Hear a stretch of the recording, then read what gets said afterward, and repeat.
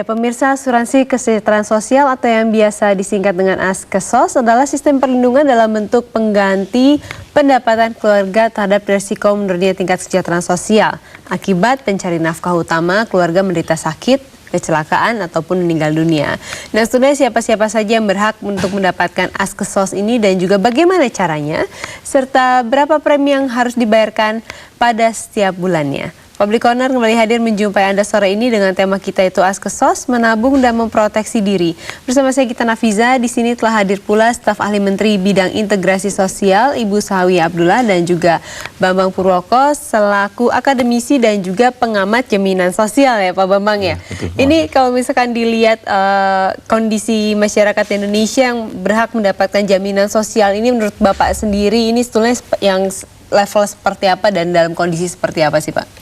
Ya, baik, jaminan sosial ini merupakan program negara ya, karena itu berdasarkan konstitusi atau Undang-Undang Dasar 1945 dan jaminan sosial ini diberikan kepada seluruh warga negara baik kaya maupun miskin. Nah, namun di dalam implementasinya ada program bantuan sosial dan juga program pemberdayaan yang hanya diberikan kepada penduduk miskin atau penduduk rentan miskin. Nah, masalahnya di negara berkembang ini penduduk miskin itu begitu besar ya, karena masalah di kita struktur informalnya tuh besar sehingga ini memerlukan semakin meningkat nampaknya memerlukan waktu ya, yang cukup lama ya. Kira-kira 1 abad lah.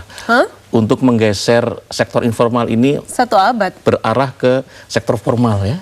Iya, kita sudah 65 tahun merdeka, sektor informal masih dominan. Kan udah hampir 1 abad. Kira-kira gitu. Tapi kalau misalkan terkait dengan adanya kemarin krisis global dan lain-lain, itu memang mau tidak mau sektor informal ini akan semakin meningkat. Tapi ini juga sektor informal bisa menjadi satu hal yang memang ya bagus untuk bangsa Indonesia, untuk pergerakan ekonomi kalau misalkan memang tertata gitu ya. Betul. Ya, kalau misalkan Ibu sendiri mungkin sektor informal ini ada kriterianya seperti itu atau semuanya yang terlepas dari formal itu adalah langsung dijabarkan informal gitu atau gimana? Jadi untuk sektor informal ini memang sudah ditetapkan kriterianya, yaitu mereka yang bekerja dengan usahanya sendiri, kemudian mereka memperoleh upah yang setara dengan pendapatan minimum provinsi. Kemudian juga mereka juga yang melakukan suatu usaha-usaha sendiri yang memang modalnya juga kecil, penghasilannya juga kecil, seperti misalnya penjual bakso, juga nelayan, termasuk juga asongan ya. Tapi kalau penjual bakso ada punya 50 cabang gitu? Ya, kalau itu kan usaha besar berarti itu. Jadi pendapatannya sudah melebihi pendapatan standar ini, standar upah minimum ya kan. Kalau sudah 50 berarti pendapatannya berarti sudah sasarannya pendapatannya di bawah upah minimum ini ya, memang yang disasar oleh apa ini? Yang ASKESOS ini. Asuransi kesejahteraan sosial. Dan memang inilah yang membedakan dengan asuransi yang pada umumnya, karena ini preminya dibayar oleh pemerintah. Iya, jadi mereka dibayarkan oleh pemerintah. Tapi yang namanya sektor informal itu kan data-datanya sendiri nggak lengkap ya. Terus dari mana bisa tepat sasaran seperti itu, Pak? Jadi sektor informal itu kan bernaung di beberapa kementerian ya, seperti usaha dagang itu tentunya di Kementerian Perdagangan, dan itu jumlahnya hampir 550.000 unit sektor informal, dan itu memang sebagai katup pengaman. Tetapi problem dari pekerja di sektor informal itu kelangsungan dari usaha itu sendiri. Mengapa? Karena jaminan sosial itu ranah yang kedua. Ranah yang pertama adalah terjaminnya bekerja sampai terus-menerus sampai usia pensiun. Nah, ini tidak terjadi di sektor informal ya. Oleh karena itu perlu ada program pemberdayaan yang ditangani oleh Departemen Sosial, Kementerian Sosial berdasarkan Undang-Undang 11 tahun 2009. Jadi memang saling mengisi sebenarnya. Nah, bagi sektor informal, pekerja sektor informal yang sudah mandiri setelah selesai pemberdayaan masuk sektor formal, kan diharapkan seperti itu. Harusnya seperti itu. Nah, misalnya gini, supaya sektor formal tumbuh, pertumbuhan ekonomi harus tumbuh kan. Betul. Nah, tingginya pertumbuhan ekonomi yang terjadi di Indonesia kan lebih banyak sektor moneter, sektor realnya kan belum. Betul. Nah, ini yang jadi masalah, Mbak. Jadi tetap sektor informal akan menjadi besar proporsinya, dan ini menurut saya dari segi hak pekerja sangat riskan ya, kecuali dan lagi-lagi kalau misalkan mau bermain asuransi harusnya ada datanya yang lengkap dan konkret ya Bu ya. Jangan sampai misalkan tadi Ibu menyebutkan preminya dibayarkan oleh pemerintah, tapi premi untuk siapa dan seperti apanya itu kan berarti nggak jelas juga gitu. Karena kan tidak semuanya bisa masuk. Jadi dalam hal ini untuk memilih itu Kementerian Sosial sebetulnya melakukan suatu seleksi. Seleksi ini tentu kita melihat karena nanti asuransi ini tidak langsung kepada yang bersangkutan melalui suatu yayasan atau organisasi sosial yang dalam hal ini sudah tentu sudah terdaftar atau tercatat di dinas sosial ataupun pemerintah daerah. Jadi sebetulnya mempunyai dasar hukum. Yang tercover sendiri dalam asuransi ini apa Bu? Yang dalam asuransi ini yang bisa diberikan kepada mereka adalah mereka kan memperoleh yayasan yang menyelenggarakan ini memperoleh dana dari Kementerian Sosial itu sebanyak biasanya satu yayasan mendapat 30 juta. Kemudian 30 juta itu dimanfaatkan satu untuk disimpan sebagai untuk asuransi apabila di suatu saat yang pencari nafkah tiba-tiba sakit atau mendapat kecelakaan atau ada hal-hal musibah yang lain. Seperti apa nih musibah-musibahnya Bu untuk yang sektor misalnya informal? dia sakit. Sakit berarti asuransi kesehatan atau asuransi gimana? Dia dapat dari sini untuk bantuan untuk sehingga karena kan dia tidak bisa pergi bekerja nih kalau sakit tentunya. Nah karena dia tidak bekerja tidak sakit, nah ini diharapkan untuk membantu dia walaupun itu juga jumlahnya sangat kecil. Tetapi selain 50% itu juga sebetulnya dari 50% dari 30 juta itu diberikan kepada yayasan sehingga dia bagaimana memfasilitasi peserta Askesos ini bisa mengembangkan usahanya yang ada. Jadi kalau dulunya dia misalnya usahanya misalnya bakso, dia diberikan bahan-bahan baku untuk mengembangkan usaha itu seperti itu. Baik. Ya. Ini kita harus break dulu Ibu, nanti kita lanjutkan segmen 2 ya Pak ya. Dan pemirsa di sini kami juga menantikan telepon interaktif Anda. Silakan Anda hubungi 02158322 dan pada segmen kedua nanti kami akan menjawab semua pertanyaan Anda.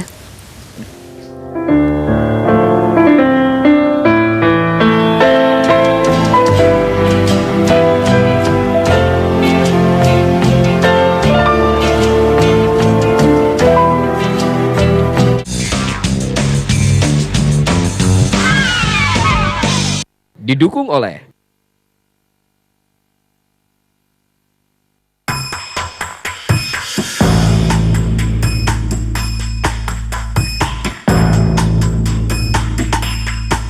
di kontak hari ini supaya besok counternya dari Anggoro.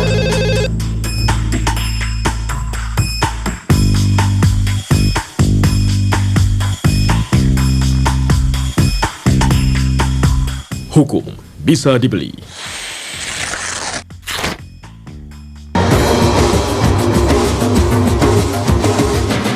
Selamat malam pemirsa, saatnya BNews menemani Anda menikmati sajian informasi menarik dari dunia bisnis perbankan. Dapatkan segala informasi seputar dunia perbankan, mulai dari produk layanan, profil nasabah, hingga kegiatan sosial. BNews, setiap Senin sampai Jumat, jam 7:05 di Metro TV. Dipersembahkan oleh Bank Bukopin. Sedia selalu lampu emergency merek Maspion. Awet, tahan lama, dan menghadapi sering tidak ada listrik. Kehidupan lebih nyaman dan terjamin. Cintailah produk-produk Indonesia. Hati-hati nak. Iya Bu. Saya panggil bidan dulu ya.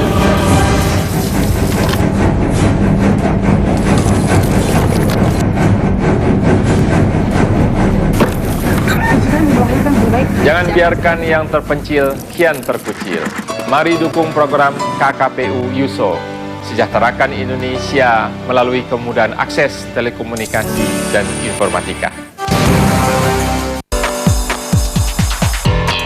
Program berita interaktif. Anda bisa menentukan sendiri topik aktual yang ingin dipilih. Anda juga bisa menyuarakan opini melalui telepon dan jejaring sosial. Serta menyimak ulasan mendalam dari narasumber utama. Suara Anda Senin hingga Kamis jam 7 malam. Dan suara Anda akhir pekan setiap Jumat jam 7 malam.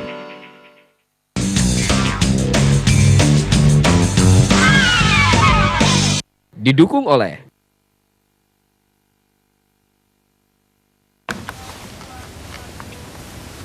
Ya baik, Anda masih bersama kami di Public Corner dengan tema kita yaitu Askesos menabung dan memproteksikan diri, dan di sini kami juga masih menantikan telepon interaktif Anda.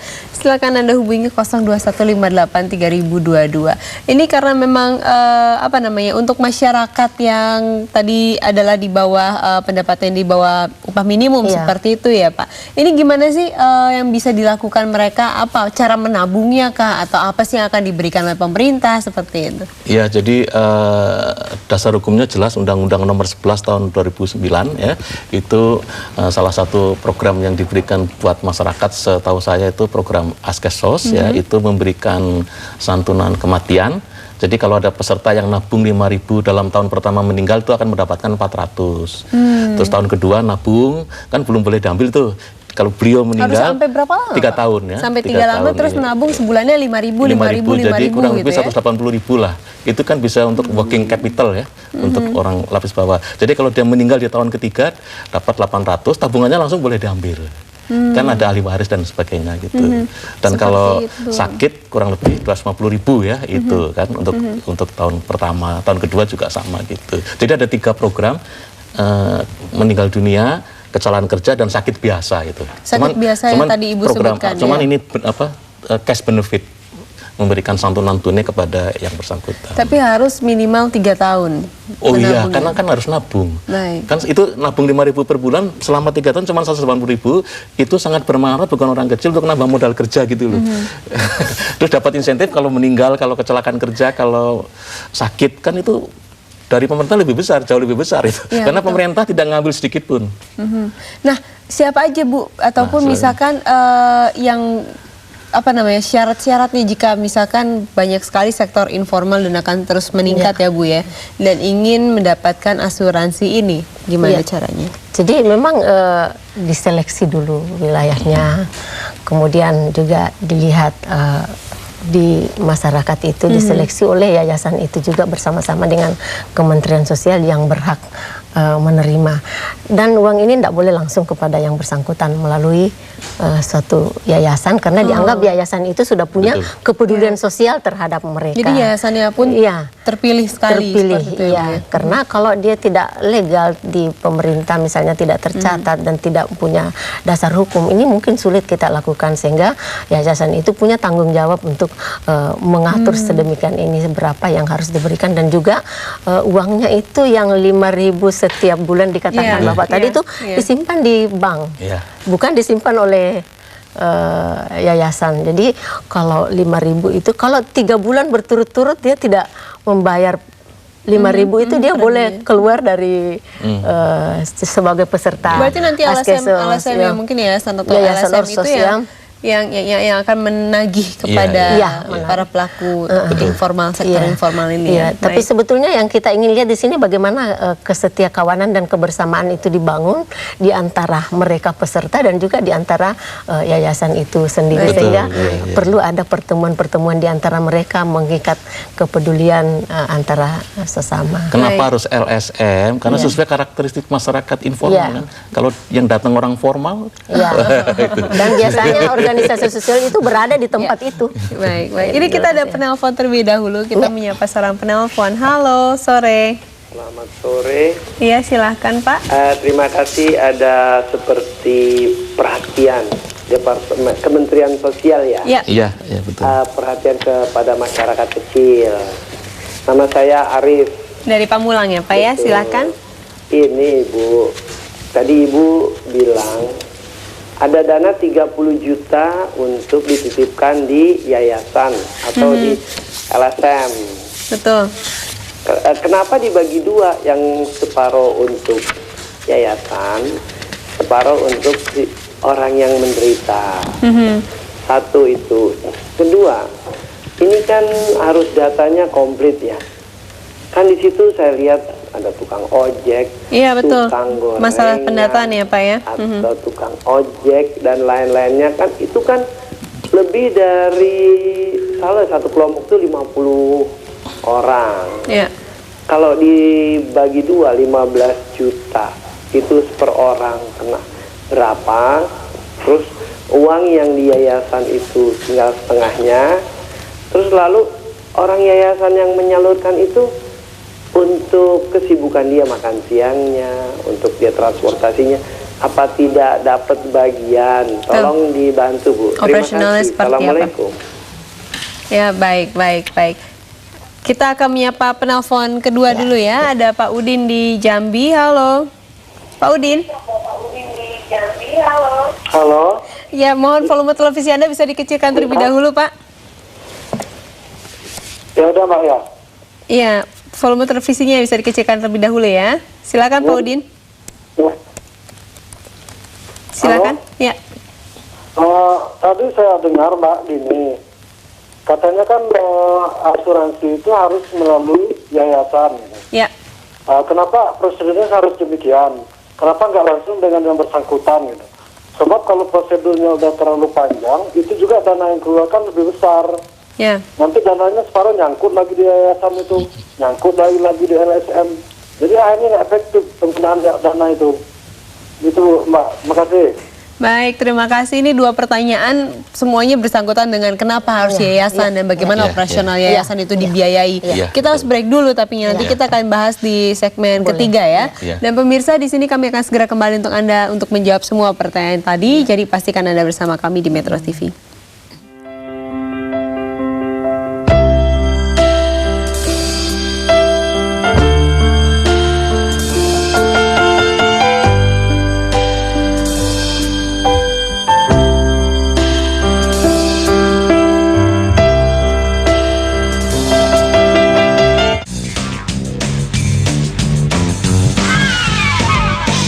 Didukung oleh Hadirilah Investor Summit and Capital Market Expo 2010 10 dan 11 November 2010. Seminar menghadirkan pembicara dan moderator terkemuka. Dapatkan door prize senilai puluhan juta rupiah. Diselenggarakan oleh Jangan rebutan, Sinyoku lagi ada promo. Beli 2, bonus 1. Khusus lampu per 23 watt. Mas 1, Mbak 1, bonusnya buat saya. Buruan beli lampu Sinyoku.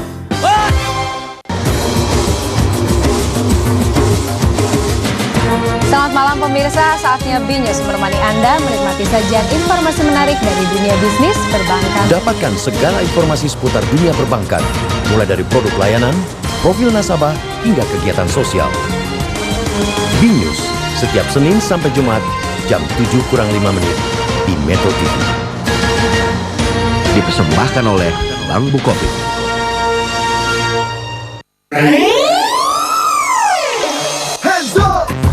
Semua yang serius, isu-isu aktual dibahas santai dan cerdas. Gak cuma sekedar perhatian, gak cuma sekedar kritis. Ini obrolan kepedulian tentang Indonesia.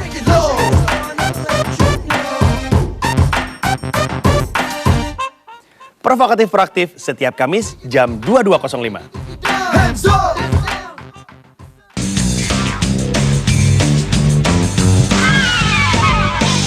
Didukung oleh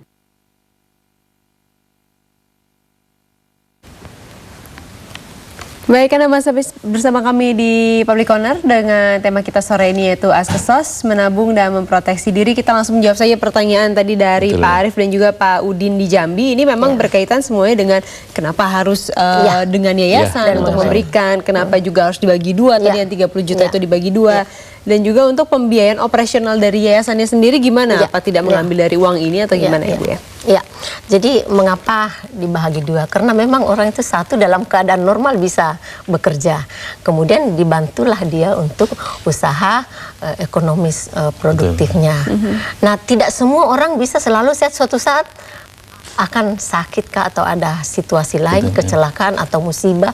Nah, pada saat itu dia membutuhkan juga bantuan. Sehingga walaupun kita juga melatih mereka supaya punya jiwa untuk menabung, sehingga dipersyaratkan bahwa yang menjadi sasaran ini mereka harus membayar tiap bulan 5.000. Begitu 3 kali tidak membayar, itu perlu dibicarakan kembali sebagai keanggotaan. Apa maksudnya? Kita melatih mereka supaya mereka mau menabung, karena juga usahanya semakin berkembang karena ada upaya-upaya yang dilakukan oleh yayasan. Nah, kenapa kita menyimpan 50% usaha? Nah, itu kalau dia sakit, kita akan berikan yang tadi dikatakan Bapak, kalau tahun pertama 400.000, tahun ini seperti itu. Kenapa harus yayasan? Nah, sekarang ya harus yayasan. Karena kalau kita mau langsung kepada mereka, biasanya mereka juga itu keluarga yang sektor informal itu perlu suatu pendampingan.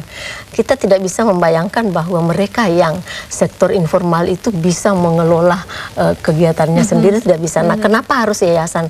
Karena yayasan itu juga yang sangat mengetahui keadaan masyarakat di sekitarnya, terutama yang sektor informal. Karena yayasan ini pun diseleksi, paling tidak dia 3 tahun, atau diseleksi apakah benar yayasan ini mempunyai modal kegiatan. Karena persyaratan suatu yayasan itu diberi izin, satu, dia punya dana, dia punya donatur dan sebagainya. Jadi tidak mengharapkan sebetulnya uang operasional, karena yayasan itu sebenarnya sudah melakukan kegiatan-kegiatan selama ini untuk membantu sesama. Jadi punya rasa kepedulian untuk membantu sesama. Jadi kalau saya lihat yayasannya juga harus mau berkomitmen gitu ya, Pak ya. Jadi ini semacam tata kelola ya, good governance, karena walau bagaimana Kementerian Sosial kan sebagai regulator, sebagai pembina, lalu yayasan ini sebagai kepanjangan gitu ya, karena dia tahu persis. Tapi yang jelas yayasan ini sudah mandiri sifatnya itu, dia sudah tahu medan, dan lalu Kementerian Sosial yang memantau, yang kan dia regulator, maksudnya dia harus tangani sendiri langsung. Nanti kontrol bagaimana gitu kan gitu. Tapi seberapa yakinnya Anda bahwa program ini akan jalan seperti yang memang direncanakan, Pak? Kalau berdasarkan Undang-Undang 11 tahun 2009 memang harus dibentuk BPJS ya, seperti saya katakan tadi, penduduk miskin itu di negara berkembang itu cenderung permanen ya. Ini masalahnya gitu. Terutama didukung dengan sektor informal yang tidak imbang dengan formal. Jadi nanti BPJS tersebut merupakan lembaga koordinasi saja, karena ada Pemda kan gitu loh. Jadi memang selama ini kan quote and quote belum ya, masih relawan quote and quote lah ke organisasi sosial ini. Jadi sekarang kalau misalkan dilihat ditarik lagi ke atas, emang koordinasinya siapa ya? Kalau misalkan ada